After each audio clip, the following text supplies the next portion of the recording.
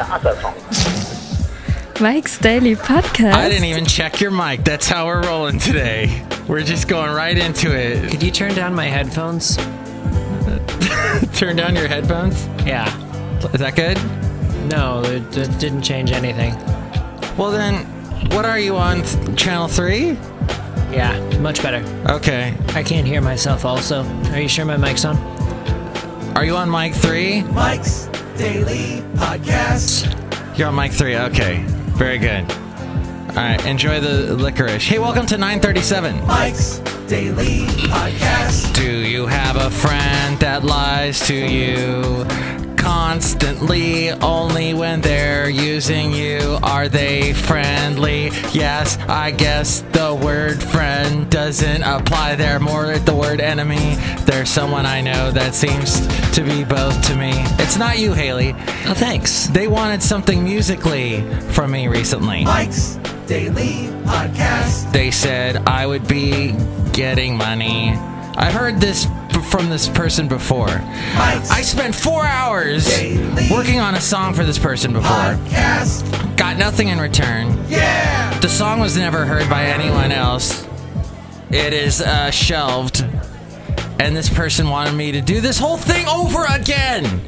They said, hey, want to do a song for this music thing for this thing? And like I'm gonna fool me twice, right? So anyway, that was my little thing. And then you had a thing happen to you today. Oh, by the way, we're at Cafe Anyway, and this is That's where we're at. We're at Mike's Daily Podcast. I'm Mike Matthews. That's Haley. Hi, I'm Haley. Chomping on a red vine. Haley was chomping on a red vine. That's me in the corner. It works, huh? That's me in the spotlight. Losing my religion. Yeah. Losing my derision. Go ahead, I'm sorry. I was like half hour late to work today because there was an incident on the bus. In Podcastro Valley, Mont? Yeah, down the street.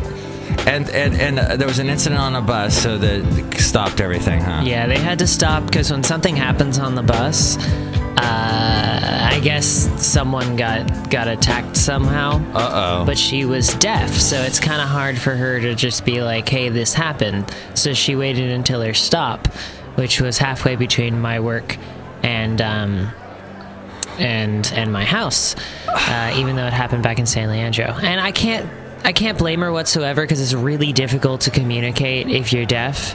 Uh-huh. You know, and especially with whatever happened, I'm sure she felt really uncomfortable about it. So You're a compassionate person. I am extremely compassionate, especially considering those people get stomped on normally anyway.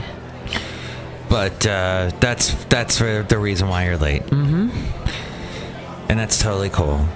And that's the reason why we're kind of rushing into this completely unprepared, which is something that we never do. No, we're always prepared. All of our podcasts are scripted. Completely written out. We spend hours upon hours writing, weeks writing all the material you hear. Weeks. But today I have WREN, a singer-songwriter, Yay. who is going to be on the show. And let's see if this makes a noise. Ah, there we go. All right. Now, is that WREN as in the bird? Yeah, her name is similar to the bird. So WREN? Yes. Nice. What's a WREN? Just R-E-N. It could be short for Renard, which means fox. Ah! Look at you, knowing everything. Knowing it all. I've heard that as a name. Okay. You know, I've heard the name WREN. And then also today, who's popping by today, I wonder? Who could it be now? Who could it be now? Oh, look who's... I like your trumpet. Look who just walked in. Oh. Hello, Michael Masters. It's Madame Rootabega. Hello, Haley. Hi. So, was that a trumpet you were playing? over my lips. Why don't you like deaf people? That's the opposite of what I said. Oh, I misunderstood. Look who else just walked in. Hello, Mike. This is Floyd, the floor man. I can't believe. What the hell is this place anyway? Why is everybody laughing, Dave? Oh, wait, I said the wrong name, didn't I? Yeah, you said the wrong name. Oh, I meant that I am Valentino, the parking attendant. Go! And I'm Bison and this is Bison Can we start over? Take 3. This isn't live, is it? This is Bison Bentley. Do you know that? I wish I knew how to quit you. What is that from? I don't know. Oh. Anyway, guys, it's great to have you here. What is this podcast? What is this? Podcast?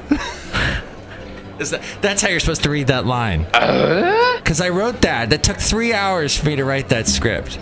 It took me 4 hours to do that song for that guy. And he never even paid me. 5 hours to get here. No, it didn't. I told the guy, look, he calls me last night. Mm-hmm. First off, I work with him, okay? Right. And so I'm at my other job, and that's where I work with him at. I see the phone ring, I answer hello, and I'm thinking, oh, he's calling me work related. First off, he doesn't know I'm at the job. Anyway, I'm boring. But it was just irritating because, when I told him no, he goes, well, man, I was just trying to make you some money. And that's such a beep line. Because that's the last thing. All he's concerned about is making himself look good with the sports organization that we are actually, at this job, we're going to be carrying their games. So, anyway, now that I've made that completely convoluted and just said nothing, but that's okay. I was listening to the podcast yesterday, and I made absolutely no sense with that. No, you made a lot of sense. That weird rant I went on with Christianity and atheism and stuff. I had a point in there somewhere, but I did not make it. You're just saying something about how people that like to wear ass hats also that know people are the luckiest people in the world, and that atheism is not a religion. Or something like that. Something like that. Okay. Anyway, if you want to listen to the show, we're all over the place in iTunes. Well, you're listening to us right now, so you've obviously found a place. But we're on TuneIn, SoundCloud, Stitcher, Podomatic, YouTube, Ameristream Live, Player FM, and you're one finger away from flipping me off. This is exciting. If I can come up with one more, you'll be flipping me off. No, actually, I can't. So Tumblr. As he said Tumblr, he gave me the birdie. You should have said Twitter, and then it would have been a birdie with the Twitter. And you said Twitter already. Oh, and we love to get your emails at mikesdailypodcast@gmail.com. We read your comments on section emails from email and your comment, not so comments. And Facebook.com/mikesdailypodcast. And help us out through the Amazon link, which Haley's girlfriend did. Thank you, Haley's girlfriend. And did it work? I haven't checked yet. You should check. I had a busy freaking day yesterday with all the drama. It wasn't even funny. That's not even funny. Putin, stop telling me what to do and make me look bad at the House of Commons thingy, whatever I'm at this week. Stupid Putin. I'm gonna stomp on Putin. Anywho, that's about it. We gotta run, huh? Get into this interview. Into an interview with REN. Short stuff today, and we're really tired. And check out all the other stuff we have at MikeSillyPodcast.com. Do that. There's a picture that we'll tell you about after the interview. Exactly. One little disclaimer. The interview you're about to hear is going to have some weird stuff sounding in it because of I was working with a Telos system. The Telos system I was using, Telos is like a phone interface. Yeah. Was giving me feedback like crazy. So this part gives me a little bit of feedback, a little bit of gas. So just ignore that. Next segments will be normal. Into an interview. I am speaking with REN. Hello, REN. Hi, thanks for having me. It's my pleasure. It's so strange how we met. I think Twitter somehow. Yes, thanks to Twitter. I don't say that very often. I'm not on it very much, but I'm grateful that it connected us. And you have a name like a bird, and a bird tweets. It's sort of an interesting thing, the parallels. Yes, it should be my favorite social media platform. And you are a fantastic singer-songwriter, and you're up in Washington? Yeah, I'm in Seattle. Ooh, okay. And is that how we met? Was it because I had tweeted something about a musician you knew in Seattle? Yeah, that could be it. I'm not actually sure. Because I would imagine you know a lot of them.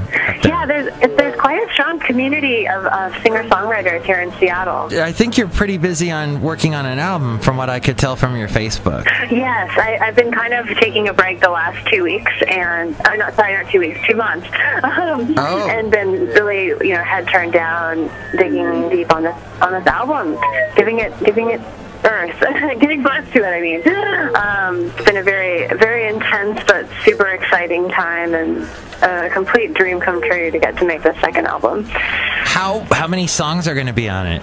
There'll be 11 songs if everything goes as planned.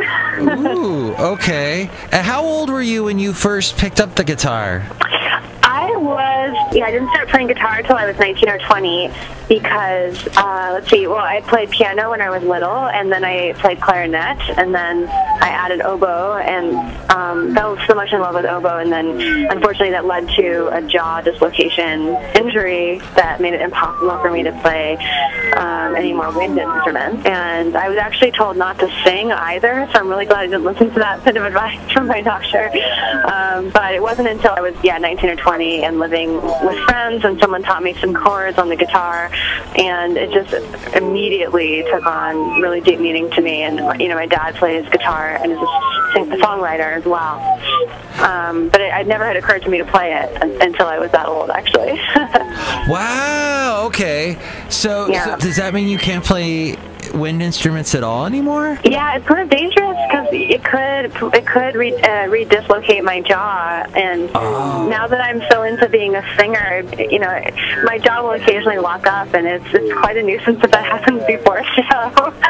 So I haven't really wanted to risk it, but I do really miss playing clarinet and oboe a lot. Do you remember the first song you wrote? I do. Yeah, it's on my first album. It's called Whirlpool.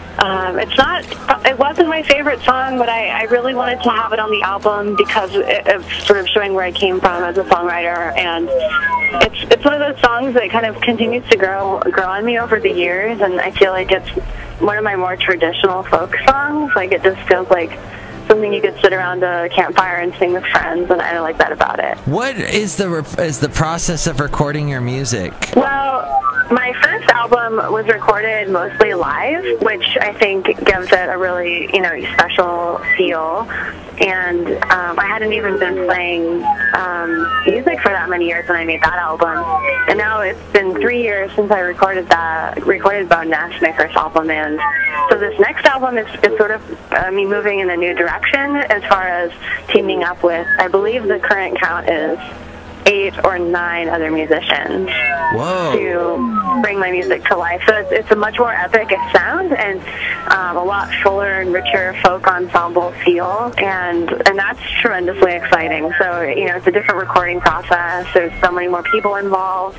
It's a huge team project, but I absolutely love that part of it. So, yeah. Wow, so there's going to be other sort of instruments on here as well, like more of a band. Exactly, yeah.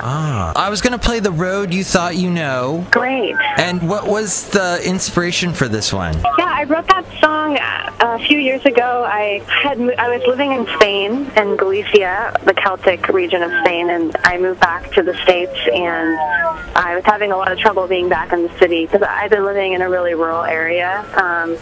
And so I moved out to a rural island near Seattle, and I was living in this off-the-grid cabin and apprenticing with a woman who raises goats and learning about goats. And to be honest, just feeling really quite lost and stranded, and sort of thinking about at this cabin, I was sort of in charge of, maintaining the lands around the cabin, and I was learning how to use a weed whacker And so there's a lot of inspiration there around weed whacking and thinking about how quickly grass grows back, and it can obscure the path that you thought was there, or the path that you thought you were on, and how we're kind of constantly having to create new paths for ourselves in our life, and be brave to forge forward.